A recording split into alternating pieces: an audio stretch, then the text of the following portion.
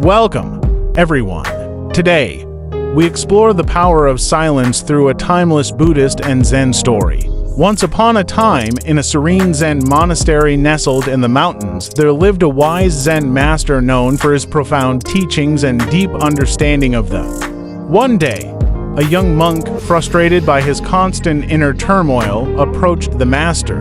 The monk bowed deeply and said, "Monk, Master, my mind is always noisy. I cannot find peace.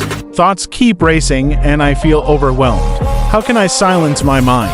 Narado, the master, smiled gently and invited the monk to join him on a walk through the lush, tranquil garden of the monastery. They walked in silence, the only sounds being the rustling of leaves and the distant chirping of birds. After a while, they reached a small, pristine pond. The master stopped and pointed to the water. "Zen master, look at the pond. What do you see?" "Monk, I see the clear, still water." "Master." "Zen master, yes, but what happens when a stone is thrown into it?" Narrator, the monk pondered for a moment and replied, "Monk, the water ripples and becomes disturbed." "Zen master, exactly. The mind is like this pond. When it is still, it reflects everything clearly. But when disturbed, it becomes difficult to see through. Silence is the absence of stones, the absence of disturbances." Narrator, the master then bent down, picked up a small pebble, and gently tossed it into the pond. Ripples spread across the surface, distorting the reflection of the surrounding trees and sky.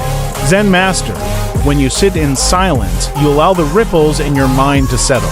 This does not mean forcing the thoughts away, but observing them without attachment, letting them pass like the ripples in the water." Narrator, the monk nodded, beginning to understand the lesson. The master continued, "Zen master, true silence is not the absence of sound, but the presence of stillness within. It is a state where the mind can rest, free from the constant chatter and judgments.